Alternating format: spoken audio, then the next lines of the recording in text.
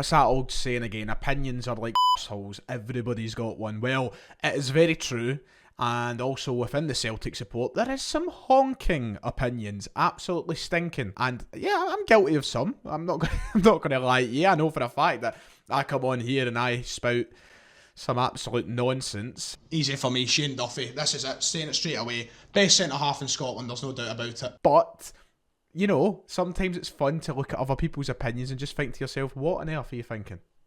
You know, simple as that. Sometimes I just wonder where the mind goes. So today, to start off the week, we're going to have a bit of fun and we're going to get you guys involved on the channel once again. Today I put up this tweet. I asked for your most controversial Celtic opinions. It could be past, present or future related, but I wanted to see who could come out with the best and worst of these controversial opinions, and I am simply going to react to them. I'm going to give my opinion to these controversial opinions, and I'm going to say if I agree or disagree. Some are more controversial than others, and trust me, there's some that I've not even put in this video that could be a video in themselves, a full 10-minute debate.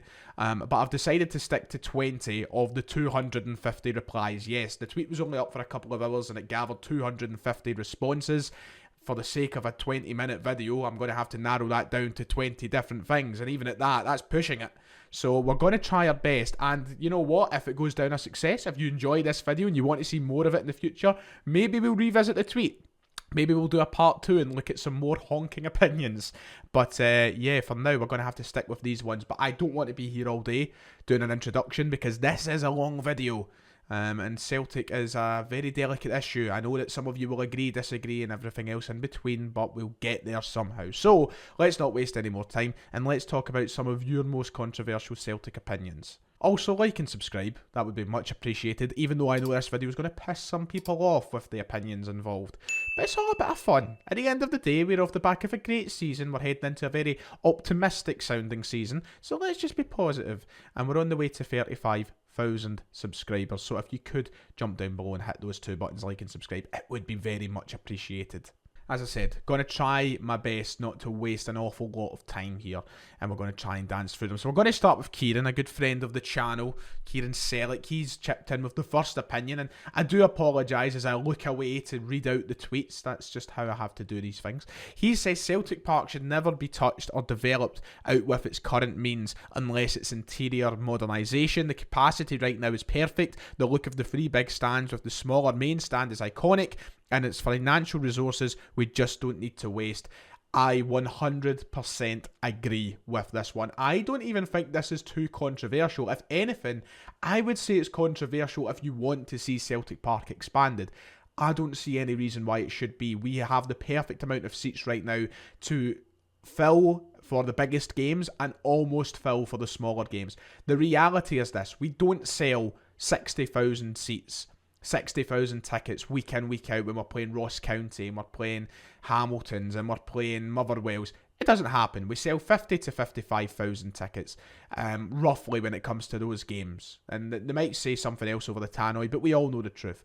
So why on earth would we want to add another big stand, another big tier, above the main stand to lie empty every week when we can't sell, you know, a full house? It makes no sense. Yes, it sounds great for these European games and these derby games to have another, 5 to 10,000 people maybe in the stadium. But over the course of a season, I just think it would be a sore-looking sight having an empty stand up there. I perfectly agree, and I love the look of our stadium now. I know a lot of people don't. Controversial it might be. I like the smaller stand. I really do. I think it is sort of an iconic look. So I 100% agree with this tweet. I think there is definitely redevelopments that can be done to Celtic Park to make it a better venue, to make it a UEFA 5-star venue, and to ultimately improve the area of Parkhead. I think that we can make the outside look a bit better on the Jockstein and Lisbon Lion stands. There's different redevelopments in that way that we can go forward, but in terms of the interior and the seats and and all that, there's not much we can do, I don't think, and I don't think there's much we should do. Big Boy, aka the Tory Tier Collector, I love that name. He says Barkas, Duffy and Ayeti would be some of the best in the league if they signed this season rather than last. With Ange's influence, they wouldn't have gone through the year of confidence beating like they did. Now, the confidence beating part is a massive part of this, because the one thing that I was going to say straight away was I don't agree, because Ayeti is still here. He's had a chance under Ange and he never really took it. But then again, he that confidence beating that he took last year has probably had a big impact. Now, I'm not going to suddenly change my tune, because I said that all three of those guys would be some of the best signings in the league, and I thought they would go on to be star players for Celtic, and that just didn't happen. So I kind of agree to an extent, but I think that we've seen firsthand that maybe, I don't know. This is a tough one, because I think they've shown they were that bad at times that it just couldn't get much better for them. But last season was such a weird one, and I think it was hard for them to kind of pull through that. I think it is slightly controversial to say that they would have been some of the best in the league. I don't think we'll ever have that evidence now to suggest that could have been the case. My hopes aren't high that any of them could have turned it round, but who knows, maybe if they signed in a different season, it could have been a different story. This is one of the ones that I've wanted to speak about the most and has annoyed me the most, quite frankly. Boy in red. Liverpool. Typical kind of comment coming from you here. Joe Hart has been made a massive part of our success this year, and a leader at the back we've been missing for years, but he's not good enough a shot stopper for the Champions League. He hasn't been seriously tested in years, and that will cost us next season. I disagree completely. Now, yes, he can be tested more, absolutely. It's the same with any keeper at Celtic. They come in and there's an understanding, and there is a real sort of prominence in the fact that they don't get tested all that often in domestic football, because we control the majority of our games, and that's been the case since the dawn of time, really. But Joe Hart has made some massive saves this year, actually some really huge saves on numerous occasions. He's been huge for us. I think it was that last Derby game, was it? I think the 1-1, he made a couple of huge saves in that. And yes, I understand he can be dodgy at times, and your heart's sort of in your arse at moments when he's got the ball at his feet and he's distributing it. That can happen, yeah. But in terms of shot stopping, I think we've seen a real recovery for Joe Hart this season in terms of his confidence being built and how big he's been. There's been massive games where he's been good for us. Leverkusen, he made some massive saves. Some other European games as well. The Derby games, I think he's showed in a couple of occasions now that he can make big saves for us, and that confidence is just going to keep building. I don't necessarily agree. I think serious test, yeah, I don't think there's been a game where he's been absolutely peppered with. He's not had a Thibaut Courtois Champions League moment, you know what I mean? He's not had 10 big saves to make in a game. And maybe that's what you need. You need a Fraser Forster type performance, but he's not had that opportunity yet, and when he does, I'm hoping he'll take it. But I don't agree. I think he's had some massive saves for us this year, I must admit, and maybe that's just the Joe Hart bias shining through. Aaron, I don't know what the pronunciation will be, but he says the academy is and needs an overhaul. You could pin it on the coaching rather than the players. There's seemingly no route to the first team for the vast majority of the young players. And controversial as it may be, I sort of agree. Now, I don't know if I'd go as strong as to say it's but there's certainly issues. There's problems within the setup from the youth system to the senior team at Celtic. We're not producing enough quality. I've been banging on about this for a few years on this channel. How many academy players have broke through into the first team over the past decade and been good enough? You know what I mean? Not many. Not as many as a top club should be producing. Now, I know we're now in an age of football where it is easier for football clubs to spend money rather than produce their own. But Celtic aren't producing quality. They aren't producing enough options from that academy setup. And that's the truth. I know that might be a tough pill to swallow, and you might not want to admit it because you want to support all these domestically grown players and this, that, next thing. They're not good enough. A lot of them aren't at the moment. And I don't know if it is a problem with the coaching. It might be. I don't know where the exact issues are in the club and when it comes to all of this. But I would agree. I don't think we're producing enough quality in there for a club who should be, probably.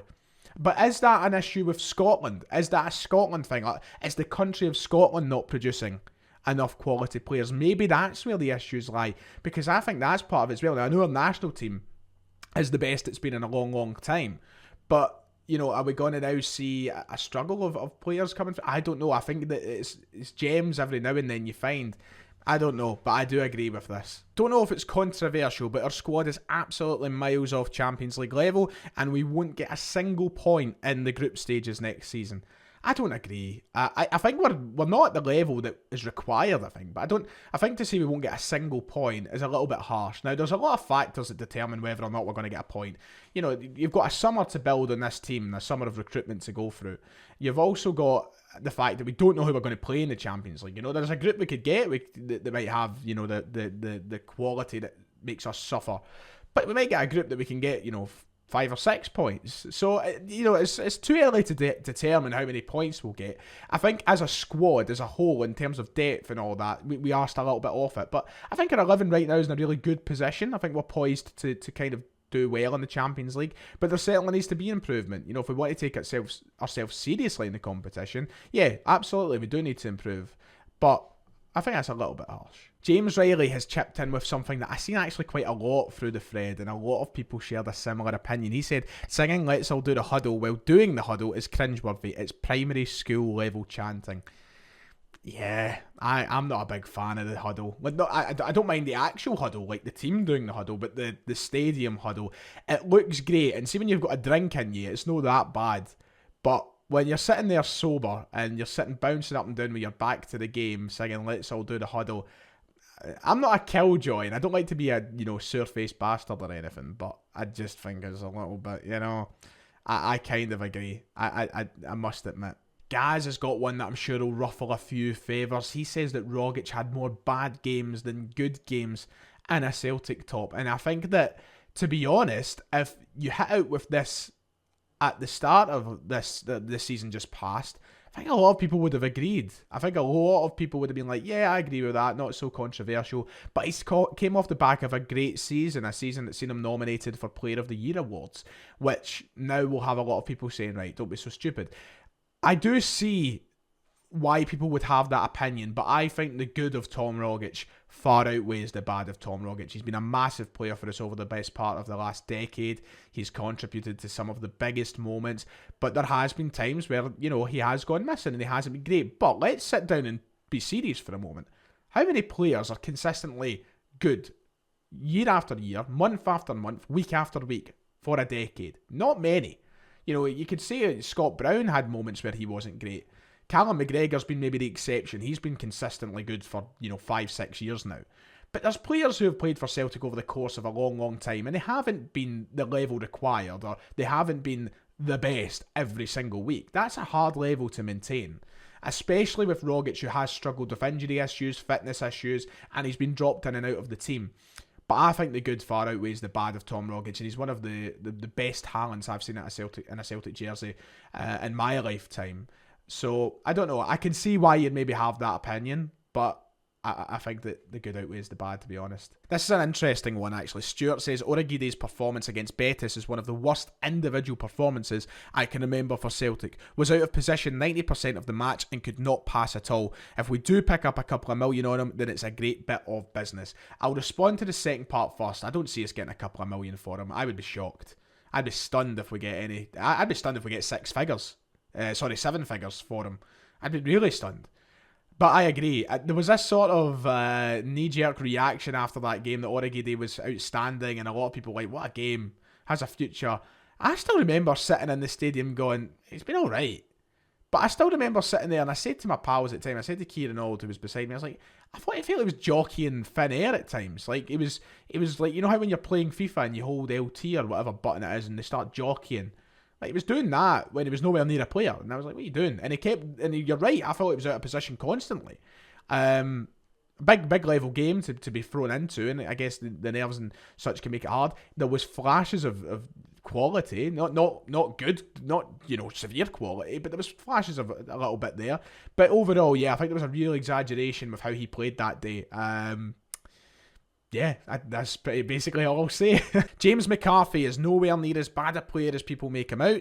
He might be a bit slow, but he can make a decent pass and has good vision of the game to break up attacks, says Kieran. Now, this is what I'll say on reply to that. I don't think James McCarthy's a bad football player. If anything, he probably, over the course of his career, has been one of the best players in the entire Celtic squad. Technically, an incredible player at points in his career. What I think the issue is now with James McCarthy is he's just done in terms of his fitness and his speed. I don't think he can play in this system. I don't think he's up to speed with it. And as much as I want him to be, because I think he's a player of significant quality, I just think he's past that point. I think as a Celtic player, the ship sailed years ago for James McCarthy. That's what I would say in relation to that. There's no denying he's got a great vision of the game, and I think he can read the game incredibly well. That's what the experience he carries does to a player. But in terms of playing in this system for Celtic, I just think that ship sailed a long, long time ago, and I don't really see him being much use to Celtic, in all honesty. We're actually only halfway through. Neil Lennon is still a Celtic great, no matter how bad he's it over the last 2 years. This is the one that's always going to be controversial now, and I don't think there's ever going to be an answer that pleases the entirety of the Celtic support. This is always going to be a firm divider between Celtic fans. I am at the point now where I just simply don't care. We've moved on. It was what it was. But I still find it hard to forgive, and I'm not going to quickly forgive him for it. I still find it hard to forget the way that he stayed and insisted and left the club and all that business. He could have saved our season by simply leaving, maybe. And he never gave us that opportunity. I don't think it would have been as simple as that. I think it was fucked from the get-go, to be quite honest. But the opportunity passed. Long as after, he just stayed far too long, and that's what I find it hard to forgive. Now, his accomplishments as a player and a manager, yes, they can't be forgotten. He's contributed massively to the history of our club and the success of our club, but I don't think it's as easy to remember him as a great for the way that he kind of dragged things on last season. That's how I'd respond to that. In my opinion now, I just simply don't care. It is what it is. Bad old Lenny. This is the worst one of the entire video. And I don't even need to cover this for more than 30 seconds. Joe, Greg Taylor is more reliable than KT. What? To what and what way? Maybe with injuries or fitness, perhaps nowadays we know that Tierney's. But come on, and we're not going to start comparing Greg Taylor to Kieran Tierney, are we? I don't even care if it's to do with reliability. I would take Kieran Tierney back in a heartbeat over 10 Greg Taylors any day of the week. Sean, with this one could be controversial, to be fair. Sean says Kyogo is better than both Edouard and Dembele. Now, I think Kyogo will end his Celtic career with a bigger impact on Celtic Football Club than what they two did. I think that he'll leave with obviously more goals, with maybe more trophies, with just an overall better relationship with the fans. I think all of that will be the case. But in terms of quality, in terms of being a footballer, he's not better than any of the two. He's not. Dembele and Edouard, I will insist till the day I die, until I see better than them, are two of the most technically gifted forwards that Celtic have had in my lifetime. Now, I wasn't lucky enough to grow up watching Larsson, Sutton, Hartson, etc. I kind of was the generation sort of after. My first memories of forwards is Venny Good of Hesselink, Scott McDonald, that kind of era, the Gordon Strachan era of Celtic. But in my lifetime, Moussa Dembele especially is the most special talent I have seen at Celtic, I think. He is just unbelievable, and that's the reason he's played at the level he is. Now, God knows what's going to happen to him this summer, but look at the season he's just had in France with Lyon. That's unbelievable. He basically carried them to a Champions League semi-final. I don't think Kyogo will ever hit that level. And the thing is, Kyogo's 26 years old, and Bailey was doing that at Celtic at 20, 21. You know what I mean? I think that the terms of technical ability, Edouard and Dembele are both beyond. And I hope Edouard gets the chance to prove that at Crystal Palace over the next year, because he started so well and then just kind of fell out of favour for Patrick Vieira's team. But those two are incredibly gifted and special talents. And I'm not saying Kyogo is not, because he is. And I love Kyogo, and he has the opportunity to be one of the greatest in our club's modern sort of history. But I just think that there are levels to a footballer in terms of footballing ability. And those two, for me, are ahead of Kyogo. Bringing up the same sort of time period, this is one that I want to touch on. Brendan Rodgers is a Celtic great, says Luke. And I completely agree. Now, I know we just spoke about Neil Lennon and the manner that how he left the club and how things happened there. And, you know, I think that was a lot more damaging to Celtic. Neil Lennon's exit of the club and how that all kind of transpired. Now, I know Brendan Rodgers' initial departure was met with severe criticism and a lot of fallout, but it happened. I think Brendan Rodgers was right to do it. Now that I look, but this is my most controversial Celtic opinion. Brendan Rodgers was right to leave when he did. He'd done it for the best of his career. He'd done it when he knew he wasn't going to go any further with Celtic, and I completely understand why he'd done it.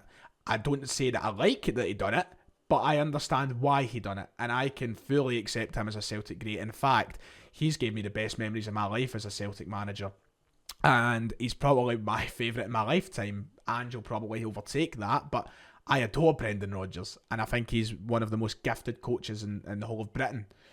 The way he left was sore at first, but over time it's kind of healed the wounds, I think. And when you see what transpired under Lenny and with the board and everything else, it is so understandable to me why he left the club, because there was just going to be no real progression. He'd kind of done what he could do, and without the board's optimism or without the board's ambition, there wasn't going to go any further. And I think that's really the case. A lot of people, that is, as I said, my most controversial Celtic opinion, because I know so many people don't agree with it, but I think when you just look at the black and whites of it, I think that he was kind of in a position where he knew what he had to do. Connor says, I hate the way we seem to be friendly with away fans in Europe. We claim to have a great atmosphere but treat all teams like we're their best pals. Our atmospheres have been at best against teams with fans who aren't looking to be our pals, for example, Ajax. Now, this is the thing for me that makes it really difficult, because on one hand, we don't want to be Rangers. We don't want to be Rangers fans. But then on the other hand, we want to be a little bit more sort of hostile, and we want to be like, a little bit more... it's hard to choose what side of the fence you want to be on. You're either one or the other. You either have fans that are renowned for being really good, or you have fans that are going to be criticised for being really bad. For me, I kind of understand. I'd like us to carry more of a sort of hostile atmosphere at Celtic Park in these games, because I think for the Champions League games, for example, if we're good for the first 5-10 minutes and then it sort of quietens down. But in terms of fan relationship, I've been abroad a few times now. I had the courtesy of bumping into, a few sort of Leverkusen fans when I was there. I can't remember bumping into any Valencia fans when I was there, and obviously not Lazio fans. But I don't know. I'm not too fussed personally. I think that I don't like the whole can I be your friend sort of thing. I don't like that. I don't like twerking for other teams. Put it that way. I'm certainly not like that. I wouldn't be out fucking offering myself up. I don't like that. But to be honest, as long as we just go over, fucking beat them and shove it in their face while we beat them, that's what I care about. Aaron Hare says Sorrell's actually good, and if he can mature, he'd be a great player in the Celtic midfield. It would allow McGregor to play further forward as well. Sorrell's Celtic career's done. That's the reality. And whether or not he could be good or will be good, or it's done. He's not getting into this Celtic team. He's going to leave the club, I think. I don't know. I was obviously full of hope. If you go back and watch my videos when he first broke into the team, I thought it was going to be the next big thing for Celtic. But he just simply never followed up on that. And I think that's probably because he's just not good enough, to be honest. I think that is a sort of controversial opinion, because I don't agree. I don't think he is good enough. I don't think he's got the technical ability to compete with other midfielders and both the current Celtic squad and with players we could recruit. Ultimately, we can recruit better than Sorrell, and that's why I don't think he'll ever get in that Celtic team, or should get in that Celtic team, to be honest. SMN, he says Greg Taylor is not good enough to be playing Champions League football. I think that will be proven right, to be honest. It is controversial because people are all kind of rooting for Greg Taylor just now, and he's had a great 6 months, so people are like, yeah, he's good enough. But I have a feeling that might be proven right when it gets to September group stage matches, I must admit. Greg Taylor needs a significant improvement in quality to compete in these games. I certainly agree with this comment. I like Greg Taylor, and domestically I think he's good enough for us. But in Europe, I think we're going to see real issues. Ryan saying he doesn't think that Laxalt was a bad player. This is what I'll say about Diego Laxalt. He was a victim of knee-jerk hype. That is Laxalt's problem. I don't necessarily think he was a bad player either. He had some really bad performances, don't get me wrong. But I think that he came in, played well for a couple of games. You remember the Europa League game? I think it was AC Milan. I can't remember what game it was exactly, but he had all those tackles and everybody was like, oh my god, what a player. And from that point, our expectations were sky high. That was his real downfall. He never matched to that level ever again, really. And that was his own downfall. And I think he got progressively worse as the season came on. I think maybe a bit disinterested towards the end too. And that was another one of those things that was a victim of the season that was that campaign. I think if we signed Laxalt now, he could be a good player for us. But he had his chance. I don't think we'll ever see him again. And, I can understand why people don't think he's that great, to be honest. A familiar face now, Hamish from 67 Hail Hail. He chipped into the video as well. Good to see him, legend. Of all the players currently at Celtic, Matt O'Reilly will go on to play at the highest level. Now, that could be slightly controversial. But I can see the method behind the thinking, and I kind of agree that it could be the case, but there's one guy who I think will play at a higher level personally, and I think that's Jota. I think Jota will be the one of the current Celtic team who hits the highest of heights. But I don't think Matt O'Reilly could be or will be far behind him, put it that way. But keen observation from Mr. Carton. Nathan is in with saying Wanyama left Celtic nearly 10 years ago, and we still haven't replaced him. Now, do you know what? Funnily enough, I can kind of see the method and the thinking here. And I kind of agree with it to an extent. I think we've had fantastic midfield threes that have made up for the absence of Victor Wanyama.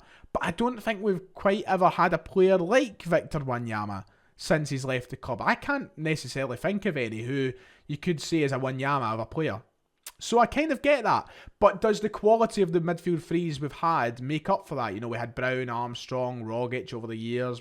Now we have the players that we do. We had other guys as well. We've had tons. You had Stefan Johansson. You had so many great central midfielders who played for Celtic since the departure of Wanyama. So does that make up for it?